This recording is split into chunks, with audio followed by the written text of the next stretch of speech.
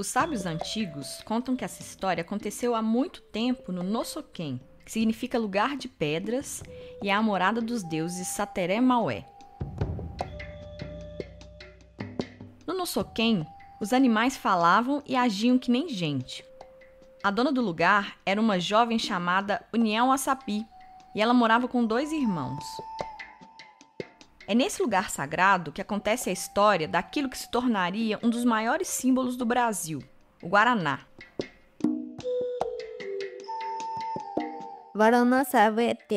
Essa é a voz da Arileide Santana Sampaio. Ela é indígena do povo Sateré Maué, professora e escritora. O livro infantil Guaranã Sauê Etiak, ou A Origem do Guaraná, foi escrito por ela. A gente vai ouvir alguns trechos da história na narração que ela fez para o audiobook em língua Sateré Maué. Eu não vou fazer exatamente uma tradução para o português, mas uma síntese das várias versões que eu li e ouvi, porque essa é uma história de tradição oral que vem sendo contada há séculos, talvez até milênios. Então é natural que ela não seja sempre igual. Ni moso utkat I varana. Ventu beat peso vemo beharia. Tatu inut polo ve hongme. Ehuat kahu ubusai pori uinut nyatue. Bihavui totoraun ve hongme. Pon heb eteraun he totiana vui. Tohop pig upidu hop. Tapuk hamo. União Assabi conhecia todas as plantas e fazia remédio para os irmãos sempre que eles pediam. A jovem não tinha marido, mas todos os animais da selva queriam viver com ela. Só que se ela se relacionasse com alguém, isso alteraria o gosto dos remédios que ela fazia. É por isso que os irmãos de União Assabi não queriam ela casada com ninguém. Arean, miovarin, ikamin seca ratorade. Aivana quab tiraane. Miotae, potesomoi, to eraan. Miora casio pai, uita uiku sarirade. Miotan te havui sok, heian meiraan pune. Hekatup ipuap to tianamo. Mi havui moi, tuok posak, ipuap to teraan. Iko sa muap buat turan, moi tuwepoi, ikang ete. To ihun, uiku satsio ere apoe. Mata sonha e membut araan. Um dia, uma cobrinha estava conversando com outros bichos e disse que União Assabi ia acabar se casando com ela. Essa serpente preparou um perfume que alegrava e seduzia e espalhou pelo caminho por onde a moça costumava andar. Quando chegou por ali, União Assabi sentiu o cheiro e comentou: "Que perfume agradável!" Aí a cobra se estirou alguns metros à frente e encostou numa das pernas da jovem na hora que ela passou. Só isso já foi suficiente para que ela engravidasse. Ei hadok pesok. Ikuwadin ti pororaan. Tatu pohang huka hamoiraan. Toi huka yatu pohang turan so. Ihupuat neiraan. Imi huka. Mi ihavui so. Ikuwadin yatu puha kahato. Mi ihavui tatu hatui kahato. Mi ihavui União Assabi membut araan. Voltando para casa, os irmãos pediram para ela preparar um remédio, mas na hora que eles provaram, o gosto não estava bom. Eles perguntaram por que o remédio tinha ficado daquele jeito, e União Assabi contou o que tinha acontecido no caminho. Os irmãos não aceitaram a gravidez e expulsaram ela de casa. Então ela foi embora, criar o filho longe dos tios. Mata sohiro kanetu pono utu engo hap evu hini. Mi ihavu ihamu mak ya petote. O menino nasceu e foi crescendo, passeando ali pela floresta. Num desses passeios, ele encontrou uma castanheira e comeu algumas castanhas. Quando contou para a mãe, ela disse que não queria que ele voltasse mais àquele lugar. Mas o curumim não obedeceu e retornou no dia seguinte. Enquanto ele subia na árvore para pegar castanhas, os tios dele chegaram e um deles atirou uma flecha na direção do menino, que gritou pela mãe e caiu morto. Mi ihavui toi koiraan iha mosese kaviat. Mi titue mohere volana ehamoraan. Koran tehamoraan. Mi ihavui. União Assabi correu atrás dos gritos e pegou o corpo do filho no chão. Ela arrancou o olho esquerdo do menino e plantou. Dele nasceu o falso guaraná. Depois arrancou o direito e também plantou. Desse olho do menino nasceu o guaraná verdadeiro. Ela conversou com o filho como se ele ainda estivesse vivo e disse que ele seria a maior força da natureza, que faria bem a todos. Por fim, ela enterrou o corpo e foi embora. Alguns dias depois, ela voltou até o lugar do sepultamento e o menino simplesmente tinha ressuscitado. E aquele foi o primeiro Maué que deu origem à tribo. É por isso que os Sateré Maué são os filhos do Guaraná. Esse episódio vai falar da relação profunda do Sateré Maué com essa planta e de como eles se uniram para proteger as próprias tradições e enfrentar a exploração de empresas multinacionais. Mas mais do que isso, nós vamos mostrar como o método ancestral dos indígenas da Amazônia de manejar a floresta não só é uma garantia para que ela continue existindo, mas também foi fundamental para que ela se tornasse tão diversa e exuberante. Eu sou Jéssica Almeida. Eu sou Vinícius Luiz e esse é Pelo Avesso. Esse é o 5º episódio da temporada Ressurgências e nós estamos revirando histórias sobre o Brasil que vão além da invasão dos portugueses em 1500. Mais do que contar essas histórias, a gente quer buscar nelas novas possibilidades de futuro.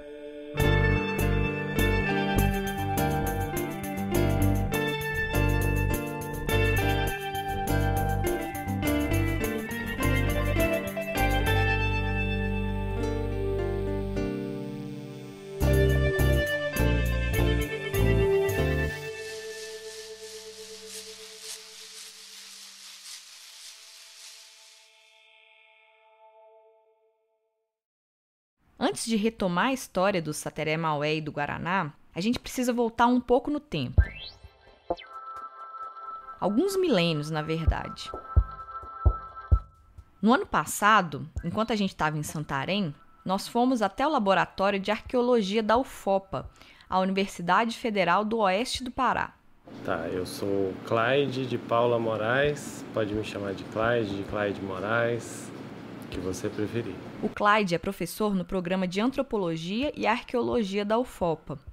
A gente quis conversar com ele por conta de um artigo que ele escreveu sobre uma coisa que ele chamou de determinismo agrícola na arqueologia amazônica. Na época que eu vim começar a estudar arqueologia na Amazônia, no início dos anos 2000, tinha muito um debate, né, assim, sobre o que tinha acontecido com as populações da Amazônia, até onde elas teriam se desenvolvido, né, tecnologicamente, socialmente, qual que era a complexidade da forma de se organizar dessas populações. Naquela altura, esse debate era influenciado basicamente pela visão de duas arqueólogas norte-americanas, a Betty Meggers e a Anna Roosevelt. A Betty Meggers tinha uma visão pessimista do que era viver nos trópicos, né, uma ideia de que a floresta amazônica, as florestas tropicais de modo geral, eram lugares muito hostis para o desenvolvimento das culturas, era muito difícil viver aqui, né? Ela faleceu em 2012, mas pesquisou as ocupações humanas na Amazônia ao longo de décadas no século XX. A perspectiva dela era de que a floresta era um lugar inabitável por conta das condições do ambiente, a pobreza do solo, as temperaturas altas e outros fatores. Isso impediria as sociedades que habitavam lá de serem complexas e desenvolvidas.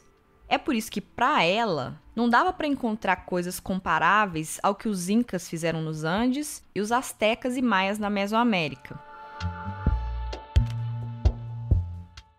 Mas aí tinha outra visão sobre a Amazônia. Nos anos 90, a Anna Roosevelt fez pesquisas em grandes sítios arqueológicos na Venezuela. Ela encontrou evidências de que as populações que viveram nesses lugares produziam e tinham uma dieta à base de milho. Então ela faz uma proposta que, principalmente nesses sítios mais próximos da várzea do rio Amazonas, que as populações teriam se desenvolvido com um grau de complexidade muito maior do que a Betty Meggers propunha e que a agricultura do milho provavelmente teria sido a base para que essas populações pudessem ficar maiores, né? Para que elas fizessem assentamentos maiores. Depois, ela foi para a ilha de Marajó, no Pará, onde ficavam alguns dos maiores sítios conhecidos na época, para ver se encontrava vestígios de cultivo de milho. Mas ela publica um livro sobre os resultados dessa pesquisa e o milho não aparece nessas evidências que ela buscava, né? Mas desde então, assim, os arqueólogos que estavam trabalhando na Amazônia ficaram muito procurando as evidências de diferentes tipos de monoculturas que pudessem ter dado a base para essas sociedades maiores, né? Outros assentamentos grandes foram investigados, mas em nenhum deles tinha predominância de cultivo de milho, mandioca ou de qualquer outra monocultura. Conforme as ferramentas de pesquisa em arqueologia foram se desenvolvendo, os estudos com fitólitos foram ficando mais populares. Fitólitos são estruturas microscópicas que persistem depois que as plantas se decompõem. E o que as pesquisas com fitólitos começaram a identificar foram vestígios de uma diversidade muito grande de frutos de palmeiras. Também aparecia milho, mandioca, abóbora e outras plantas que os indígenas domesticaram e cultivaram em maior escala em alguns lugares. Mas parece que durante essas ocupações a diversidade era o que essas pessoas estavam procurando. Apesar de ser sítios na várzea, que seria supostamente essas áreas que seriam propícias para as monoculturas em escala um pouco maior, o que a gente estava encontrando era resto de castanha, resto de outras plantas que crescem principalmente na terra firme, não na várzea, né? Foi aí que aquela ideia de que a Amazônia era um lugar de escassez e dificuldade parou de se sustentar. O que existia era um cenário oposto. E cá entre nós, dá para imaginar um cenário de escassez quando a gente olha para a imensidão da Amazônia? O que fez os assentamentos ficarem grandes, chegando a reunir até milhares de pessoas, foi justamente a diversidade de alimentos disponíveis. E não foi por incapacidade de praticar agricultura que elas não restringiram o cultivo a poucas variedades. Tem indícios de domesticação de plantas na floresta há pelo menos 10 mil anos. Mas os indígenas que viveram lá optaram pela diversificação. A agricultura, ou melhor, a monocultura, deixou de ser o paradigma relacionado ao aumento das populações. Então, em vez de buscar desmatamento como evidência de grandes áreas de cultivo, a busca passou a ser pelo que poderia garantir a sobrevivência das pessoas na floresta. E o que a gente começou a perceber é que principalmente castanha e as palmeiras fizeram parte das preferências dessas pessoas nessa época. Assim. Então não dá para dizer assim, elas comiam açaí como base da dieta, ou elas comiam castanha como base da dieta, mas elas comiam toda essa variedade de coisas e isso associado à caça em maior intensidade, à pesca em maior intensidade também, o manejo de fauna aquática de forma geral, né? Alguns desses sítios lá perto de Manaus, eles tinham uma espécie de curral que eles faziam para armazenar tartaruga, provavelmente guardavam tartarugas ao longo do ano para ir consumindo ali. O fato das populações maiores ocuparem as várzeas dos rios não tinha a ver com elas serem um espaço bom para fazer monocultura. Então eu proponho começar a pensar que talvez as populações estavam disputando o rio e não a várzea, necessariamente, né? E aí o rio é uma metáfora para essa discussão, porque na verdade está disputando esses espaços que são espaços de ecótono, né? de zonas de diversidade. Ecótonos são regiões em que 2 ou mais biomas fazem fronteira. São áreas de transição ambiental. Santarém, onde a gente estava, é um dos maiores sítios arqueológicos encontrados na Amazônia e é um desses espaços. E se a gente for ver onde estão os sítios grandes da Amazônia, eles estão todos em áreas parecidas com essa. Isso quer dizer que as 10 milhões de pessoas que viviam na Amazônia na época da invasão dos portugueses, e sim, eram 10 milhões, não se encaixam naquela lógica evolucionista. O desenvolvimento das sociedades não é necessariamente uma linha reta que sai de caçadores-coletores, passa pelo desenvolvimento da agricultura, ou da monocultura, no caso, e chega na criação do Estado. Na verdade, os povos amazônicos já estão há muito tempo colocando em prática um conceito que só viria a ser teorizado e incentivado a partir do final do século XX. Hoje em dia a gente está vendo um modo de cultivar cada vez ficar mais popular no MST, em várias outras iniciativas fora da Amazônia também, que é o chamado sistema de agrofloresta, né? E isso que eu tentei resumir para vocês falando da diversidade dos modos de vida do passado são agroflorestas, né? Só que assim, é agrofloresta não na escala pequenininha que a gente vê os agrofloresteiros fazendo hoje, é a Amazônia como uma agrofloresta, né? Simplesmente a maior floresta tropical do mundo. E isso não ficou só lá no passado. Não só as populações indígenas, né? Os ribeirinhos, os nordestinos que vieram para cá, os quilombolas que vieram para cá, que vivem construindo e manejando agroflorestas na Amazônia, eles são muito mais produtivos e eles é que abastecem os centros urbanos da Amazônia também, né? O cultivo para fora ainda está nas monoculturas, né? Mas o que abastece o mercado interno aqui é essa pequena produção, que eu acho que independente dela ser indígena ou não, né, são exemplos bem-sucedidos. Falando em exemplos bem-sucedidos, já dá para retomar a história do Guaraná e dos filhos dele, os Sateré Maué. A gente vai fazer isso depois do intervalo. Pelo Avesso é apoiado pelo Instituto Serrapilheira, que financia a pesquisa e a divulgação científica no Brasil. Depois que acabar o episódio, passa lá no site deles, no serrapilheira.org, para conferir outros projetos que também recebem apoio. Tem muita coisa legal.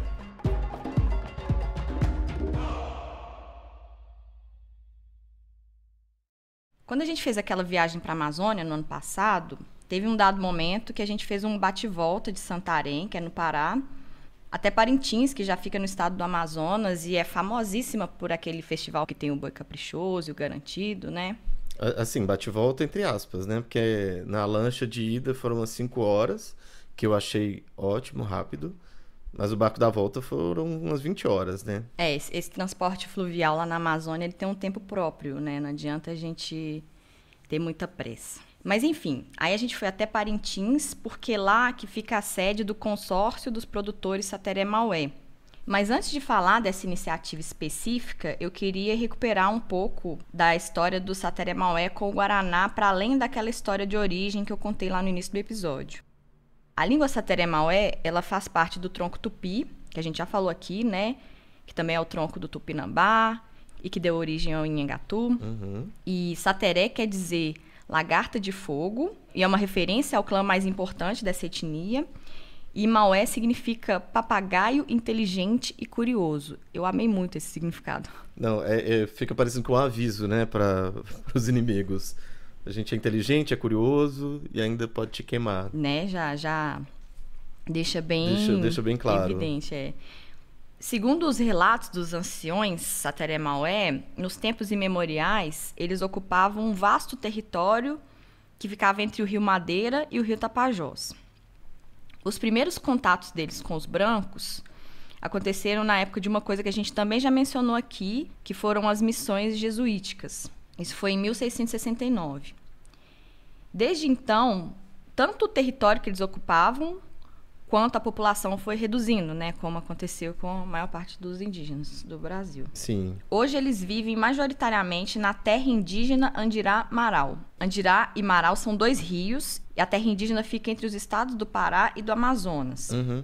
O processo de demarcação teve início lá em 1978, mas ele foi interrompido por alguns conflitos. E o que aconteceu? Assim, foi tipo disputa de terra com fazendeiro, umas coisas assim? Eles precisaram enfrentar, por exemplo, uma rodovia, um projeto de rodovia que ia passar bem no meio do território. E também teve umas investidas de uma petrolífera francesa que começou a avançar ali pela área, fazer umas prospecções e chegou até provocar a morte de 4 indígenas por intoxicação. Mas aí eles conseguiram a demarcação depois disso? Conseguiram. O território é demarcado desde 1986. E apesar de ter levado esse tempo todo, né, ter começado no final dos anos 70 e acabado ali depois da metade dos 80, ainda foi antes da Constituição garantir esse direito. A terra indígena Andirá-Marau tem quase 800 mil hectares e uma população de mais ou menos 14.500 pessoas, isso de acordo com o censo de 2022.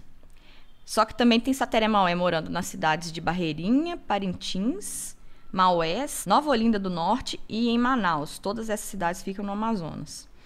E também tem um pequeno grupo que fica na terra indígena Coatá Laranjal, que é da etnia Munduruku. Tá, mas e o Guaraná? Agora já dá para falar. Os Sateré Maué são os responsáveis pela domesticação da planta do Guaraná. O nome científico dela é Paulínia cupana. E ela é uma trepadeira nativa ali da região do território Sateré Maué mesmo. Domesticar é tipo quando você pega uma planta que é venenosa e deixa ela boa para consumir? É isso? Não exatamente. Domesticar uma planta é você provocar algum tipo de transformação nela a partir do manejo humano. Uhum. Tipo uma seleção artificial, por exemplo, para poder estimular a produção de frutos com determinadas características em vez de outras, sabe? Sim. Por sinal, esse processo de domesticação já é conhecido pelos indígenas faz alguns milênios e, na época da invasão dos portugueses, já tinha mais ou menos 140 plantas com algum grau de domesticação aqui. O que fizeram com a mandioca e com o milho, por exemplo? Exatamente. Aí, a primeira descrição do Guaraná e da importância que ele tem para o Sateré Maué foi registrada por escrito já no ano de 1669, que foi o ano do primeiro contato com os brancos. Aí o padre João Felipe Battendorf disse o seguinte: tem os andirazes em seus matos uma frutinha a qual secam e depois pisam, fazendo delas umas bolas que estimam como os brancos o seu ouro.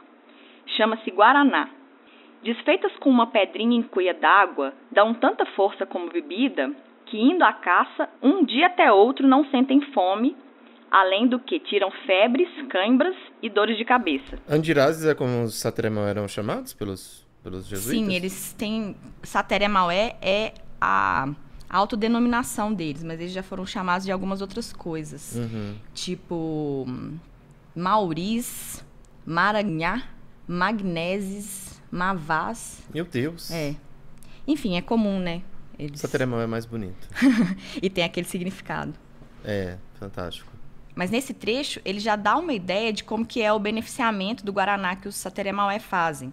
Eles produzem um negócio que é o pão de Guaraná defumado. Só que não é exatamente um pão, assim, uma massa com farinha e tal. Uhum. O nome dado para isso, às vezes, também é bastão. Sim. Aí, depois de colher os frutos, eles são descascados e lavados para ficar só as sementes. Aí, esses grãos são secos num forno de barro por umas horas. Depois, eles vão para o pilão. Aí, eles são pilados com um pouco de água até ir formando uma liga. E essa massa é enrolada em forma de bastão. Aí, é pão e bastão, mais por conta do formato. E depois disso, esse bastão ainda vai para um fumeiro para ser defumado. Ele passa por um processo de 90 dias de defumação. Tradicionalmente, o Guaraná ele é tomado no sapó, que é um preparo feito quando esse bastão é ralado com água, geralmente por uma mulher. A gente viu o objeto que eles usam para fazer e para tomar o sapó lá na sede do consórcio, você lembra? Lembro, era tipo tinha tipo um suporte, né, feito de palha, era isso? E aí em cima tinha uma cuia, né, uma cuia maior assim, e dentro tava o líquido, né, Isso, formava tipo um cálice, assim. Isso. E aí a base do cálice chama patauí, e ele é feito com a fibra da najá, que é uma palmeira nativa da Amazônia, e o patauí ele representa a terra. Aí a cuia representa o céu e o sapó em si representa Deus. Aliás, Guaraná na língua Sateré Maué é Guaraná, com W, Guaraná. E significa início de todo conhecimento. Deixa eu só falar uma coisa, porque eu acho interessante que na hora que você tá falando Guaraná com W, soa parecendo que você tá falando com G. Pois é, eu acho que deve ter... Eles falavam Guaraná e os portugueses devem ter... Aliás, eles falavam Guaraná e os portugueses entenderam Guaraná, Sim. Né? Mas, então, a cuia é o céu, o patauí é a terra, o sapó é Deus. E o Guaraná é o início de todo conhecimento. Então, é como se o povo Sateré Maué fosse interligado com o próprio conhecimento da sabedoria de Deus, sabe? Uhum. Aí, o sapó, ele pode ser tomado tanto coletivamente, quando eles têm alguma reunião importante, por exemplo, e aí, nesse caso, tem todo um ritual. Mas mesmo para o consumo cotidiano, porque eles normalmente tomam diariamente o Guaraná por conta dessas propriedades, né, que o padre cita no relato, o preparo que é feito também é do sapó. Eles fazem como isso? Tipo, como que é esse preparo? Então, é basicamente pegar o pão, o bastão de guaraná e ralar ele na água pra tomar. Tipo, eles não tomam misturado com outras coisas. Ah, entendi. Como a gente pode, às vezes, misturar o pó de guaraná numa vitamina, coisa do tipo, sabe? E só para terminar e a gente falar finalmente da mobilização, né, que resultou no consórcio dos produtores de Sateré-Maué, eu queria repassar o histórico do guaraná fora do contexto indígena, para entender como é que ele foi parar no refrigerante e acabou se tornando isso que é um dos principais símbolos do Brasil no exterior, né? Só que associado a uma marca que hoje em dia nem é mais brasileira, né? Ela é de uma empresa multinacional. Sim. Assim como o padre Bettendorf, outros religiosos também fizeram relatos da importância do guaraná para o Sateré-Maué ao longo ali dos séculos 17 e 18. E em muitos desses casos, eles frisavam essas propriedades medicinais que ele tem. A partir do século XIX, aí são os viajantes naturalistas que começam a fazer esses relatos, né? Então, assim, não é uma mudança exatamente entre os indígenas, mas mais de quem que estava observando eles, né? Mas é basicamente a mesma coisa. Sim. E como muitos desses naturalistas eles eram europeus, a fama do guaraná também começou a se espalhar pela Europa, né? Que eles escreviam livros sobre as coisas que eles encontravam aqui e o guaraná começou a ficar conhecido fora do Brasil, sempre com esse foco nas propriedades medicinais. Eu lembro que, falando em propriedades medicinais, que eu lembro que na faculdade, ou na época de cursinho pré-vestibular, era muito comum a gente tomar guaraná em pó para conseguir ficar acordado para estudar, que ajudava a aumentar a concentração, e você ficava ali ligado por algum tempo, né, com isso. Sim, os relatos, na verdade, eram meio que uma panaceia, assim, tinha quem descrevia que era bom para febre, para dor de cabeça, para flatos, para disenteria, para cãibras. E também tem registro de que era excitante da inteligência e afrodisíaco. Mas o efeito mais citado mesmo era essa coisa aí que você falou, de deixar mais ligado e de espantar o sono. A pessoa ficava... Olha, pra você ver, excitante da inteligência. Ajuda a passar no Enem. Exato. Mas aí depois o que foi se entender é que o guaraná tem alto teor de cafeína, né? Então por isso que ele tinha esse efeito. Nessa altura, ali no século XIX, ele já começou a ser vendido fora do Brasil, assim. E, aliás, fora da Amazônia, né? Em outros estados e também fora do Brasil. E até o final do século XIX, o cultivo e o beneficiamento do guaraná, eles eram um monopólio do Sateré-Maué. Só que primeiro tem o ciclo da borracha, né, lá na Amazônia, então vai um monte de gente para lá. E aí quando entra em declínio a borracha, o pessoal começa a procurar outros produtos ali na região, e aí o cultivo do guaraná vai se espalhando ali pela população do Médio Amazonas e do Baixo Tapajós. O primeiro refrigerante de guaraná surgiu nesse período, foi em 1907. Era de uma marca de Manaus que se chamava Guaraná Andrade. Você já tinha ouvido falar? Nunca, mas eu gostaria de experimentar, se fosse possível. Não vai ser possível porque a fábrica fechou as portas no final dos anos 70, em 1979, se não me engano. Ai, que pena. Mas dá pra achar umas publicidades, assim, na internet, se você procurar. Vou deixar lá no site, na página desse episódio, pra quem quiser ver. E, pra concluir, né... As marcas de refrigerante que foram mais famosas, elas foram criadas nos anos 20, que foi o Guaraná Jesus, lá no Maranhão, que hoje é da Coca-Cola, e o Guaraná Antártica, que foi criado em São Paulo, mas foi comprado pela Ambev. Então, nenhum dos guaranás mais famosos do Brasil é feito por uma indústria brasileira atualmente. Aí, no final da década de 40, a maior parte do guaraná para fins comerciais já não era mais produzida pelo Sateré-Maué, e isso foi só se intensificando. Atualmente, os principais produtores são os estados da Bahia, Amazonas, Mato Grosso, Rondônia e Pará, do que produz mais para o que produz menos, essa ordem. Em 2021, segundo o IBGE, a Bahia produziu 1.800 toneladas de guaraná e o Amazonas 630.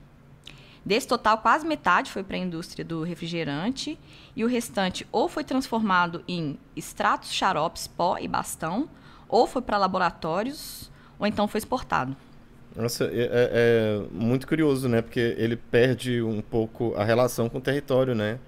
Que passa a ser produzido em lugares que não tem... O lugar que mais produz não tem uma relação profunda, né, com o Guaraná, que é o caso da Bahia. É contraditório, né? Porque quanto mais o Guaraná fica famoso, dentro e fora do Brasil, mais ele vai se distanciando do que ele representa pro Sateré Maué e exatamente dessa relação com o território, né? E com as práticas tradicionais deles. Sim.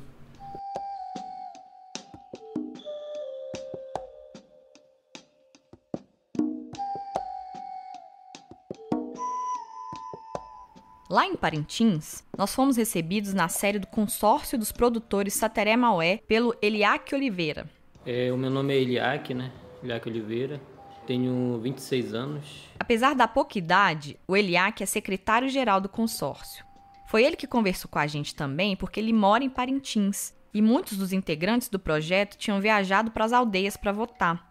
É que a gente esteve lá faltando poucos dias para o primeiro turno das eleições de 2024. Eu estou aqui nesse projeto, no caso, faz 5 anos apenas, mas é muito bom poder participar desse projeto porque a gente volta a retomar essa cultura, os saberes tradicionais, mas com a responsabilidade de sustentabilidade e preservação da Amazônia, da nossa floresta, do nosso território demarcado. E essa aproximação dele com os saberes tradicionais foi provocada por um tio.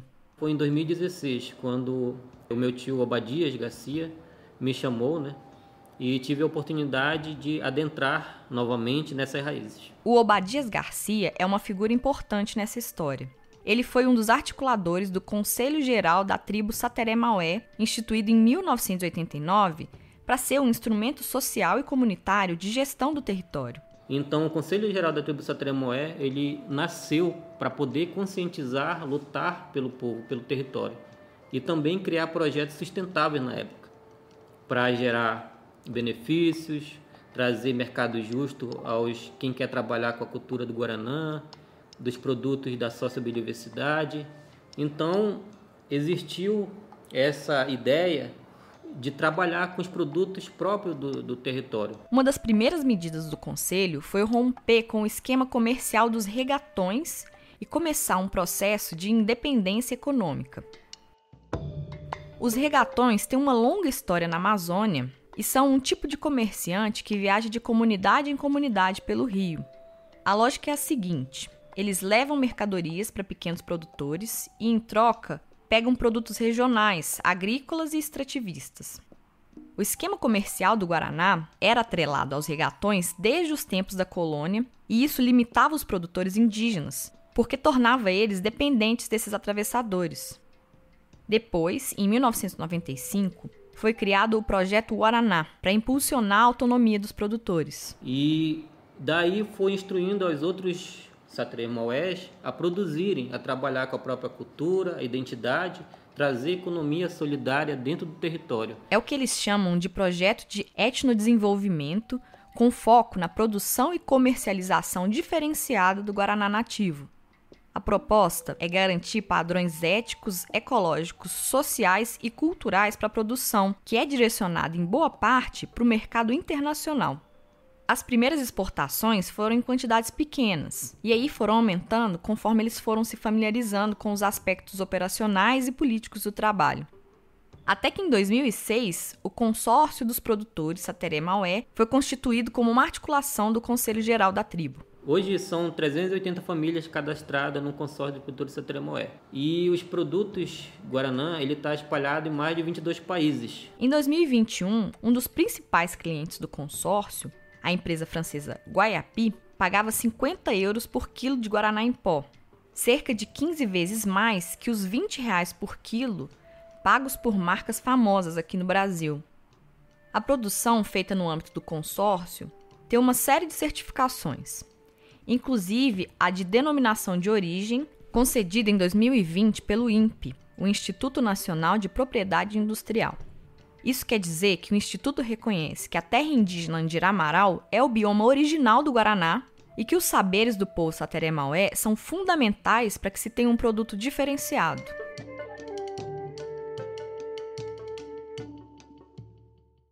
E esses saberes tradicionais vêm sendo passados de geração em geração desde os tempos em que a Amazônia era habitada por milhões de indígenas.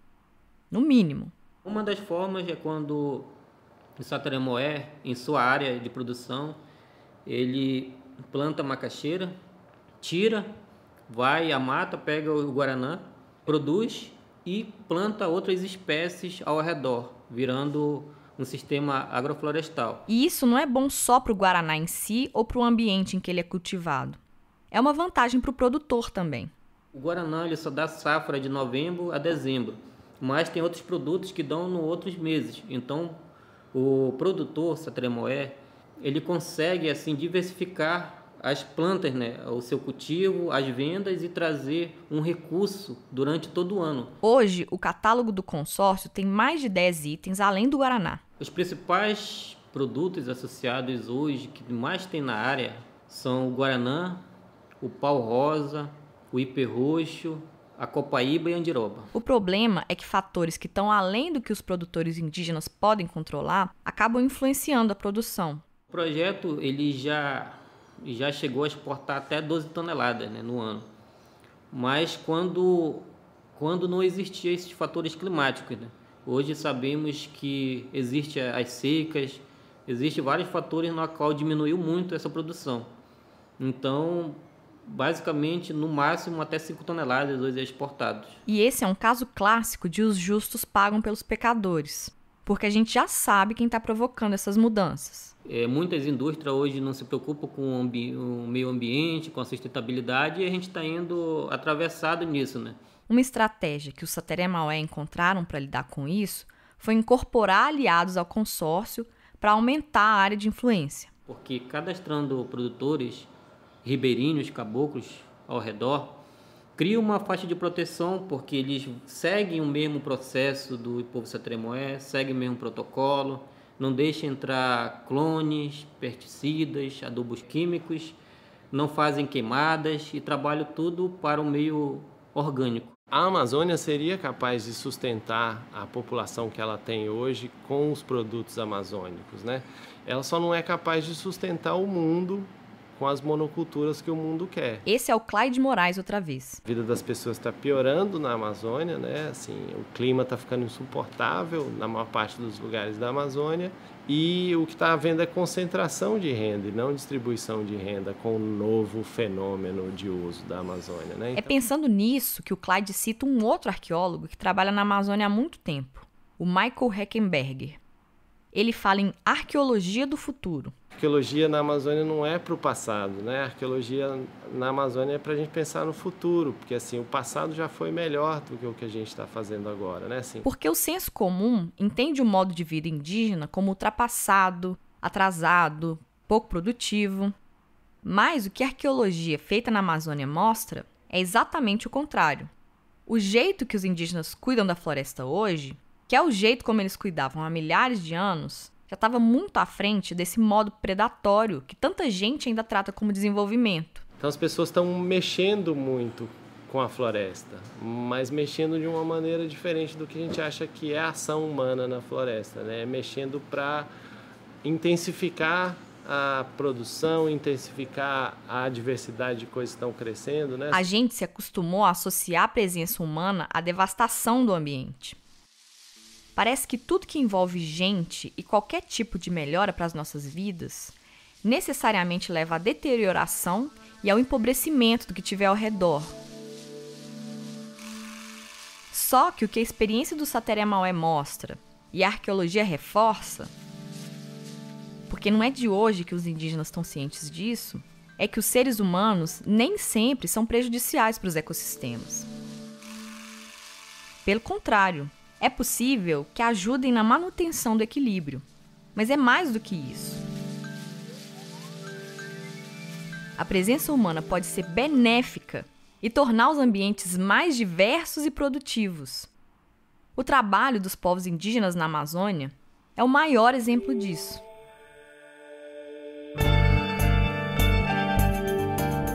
Pelo Avesso tem produção e apresentação feitas por mim, Jéssica Almeida. E por mim, Vinícius Luiz. A Jéssica também faz a edição e montagem do episódio. A música é de Herbert Almeida e da Blue Dot Sessions. O design das peças é de Júlia Araújo. Essa temporada conta com a consultoria da indígena arqueóloga Bibi Nhataramiak. Pelo Avesso tem apoio do Instituto Serra Pilheira. Siga Pelo Avesso nas redes sociais. É @peloavessopod no Instagram e no TikTok. O nosso site, peloavesso.com, também tem conteúdo extra. A gente volta pro último episódio de Ressurgências na próxima quarta. Até lá! Tchau!